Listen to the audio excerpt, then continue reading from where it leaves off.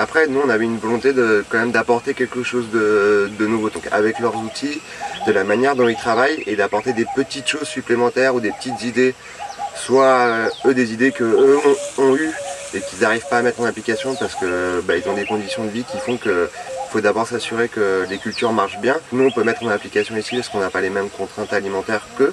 Ou alors des idées que nous on a eues et qu'on échange avec eux, voir comment on pourrait travailler sur ces idées avec leurs techniques. J'apprends certaines choses avec Charlie. Je connaissais le compost, mais je ne le faisais pas parce que je ne connaissais pas l'importance du compost. Mais quand je suis avec Charlie, je fais une petite compost où il y a mon champ de riz. Donc j'ai appris ça avec Charlie. Le compost, c'est une technique qui est vraiment très peu pratiquée au Burkina, quoi. Alors pourquoi? Parce que le système traditionnel de culture, c'était de la bâtie brûlée. C'est-à-dire qu'on tournait de parcelle en parcelle, quoi. On allait à un endroit, on défrichait, on brûlait tout, on cultivait une année là-bas. Après, on laissait la parcelle se reposer, on allait dans un autre coin. Et on revenait sur la même parcelle tous les 10 à 15 ans, quoi. Donc la fertilité avait le temps de se refaire, quoi. Maintenant, avec la croissance démographique et la pression foncière qui suit, ces systèmes-là, c'est plus possible. Du coup, il faut forcément trouver des systèmes alternatifs pour recréer de la fertilité pour pouvoir cultiver. Donc, ce qui se pratique depuis 50 ans maintenant, c'est d'utiliser de l'engrais chimique. Maintenant, nous, on essaye de développer quand même d'autres possibilités, d'autres techniques, quoi.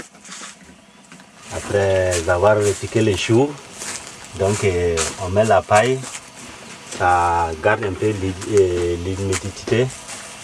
Et après la récolte, on ferme la paille et ça devient un peu de compost, quoi.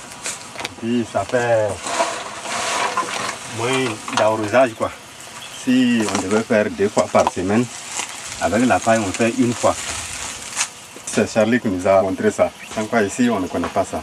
Jusqu'il y a encore pas longtemps, Drissa et Sédou utilisaient pas mal de produits chimiques.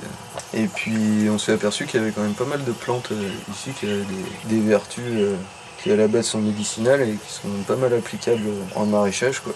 Et du coup en fait on fait des décoctions à base de feuilles de nîmes, feuilles de papayer et de piment pilé. On laisse mariner ça pendant 48 heures, on filtre et après on pulvérise ça, quoi. Ça fait partie des trucs qu'on a expérimenté ici, ouais. Et qui marche. Ça c'est plutôt pas mal. Ah voilà, ça c'est un beau manioc. Ouais. Regardez un peu. Pas mal. Bon, c'est un projet original. Vraiment ce qui me motive beaucoup, l'élevage des poissons. Ça c'est une grande chose. Je trouve que dans la région des Cascades, à Banfora ici, il n'y a pas encore ce projet. J'ai beaucoup travaillé dans Arguina pour aider Charlie dans ses activités parce que il m'a donné tous les principes de son projet.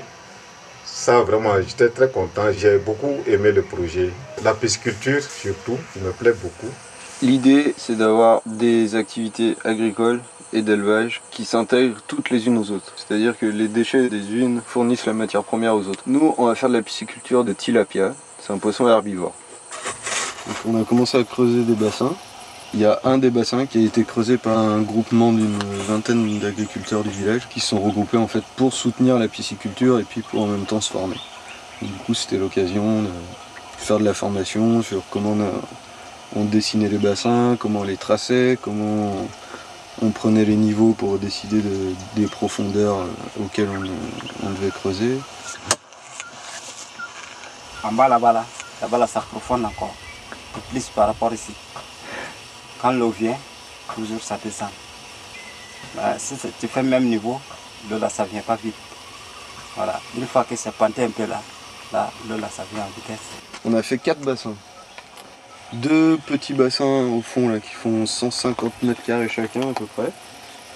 Et 2 grands de 400 mètres carrés. Il va y avoir un des petits bassins qui va être consacré à la reproduction. De là, on sort des alevins qui font 3 à 4 cm. On les transfère dans l'autre petit bassin Là, ils vont pré-grossir jusqu'à atteindre la maturité sexuelle en fait. De là, en fait, on va séparer les mâles et les femelles. Nous, on va travailler qu'avec les mâles pour deux raisons en fait. La première raison, c'est qu'ils grossissent beaucoup plus vite que les femelles. Et la deuxième, si on laisse les mâles et les femelles ensemble, il y a rapidement surpopulation. Ces mâles, on les mettra dans les deux grands bassins là, en grossissement pendant à peu près 5 mois, jusqu'à atteindre des poissons de 300 grammes à peu près. Et ces poissons seront commercialisés par la suite. C'est très bon pour la région. C'est ce que je pense. Je pense bien que c'est très bon. Parce que chez nous ici, depuis qu'on est ici, on ne sait pas qu'on élève les poissons. On n'a jamais vu ça même. C'est la première fois qu'on veut voir. Donc on souhaite que s'il a pu faire les poissons, ça va nous donner un peu de connaissances, quoi. L'idée, elle reste toujours que ça soit un lieu où les gens viennent apprendre quelque chose. On pourrait imaginer qu'avec plus de moyens, ça ne soit pas seulement une ferme, un système d'exploitation agricole, mais que ça soit également un centre de formation agricole structuré, un vrai centre de formation agricole. Depuis le tout début, le courage qu'on a déjà, si on doit continuer à le pratiquer dans le projet, je pense que ça sera pas mal pour nous.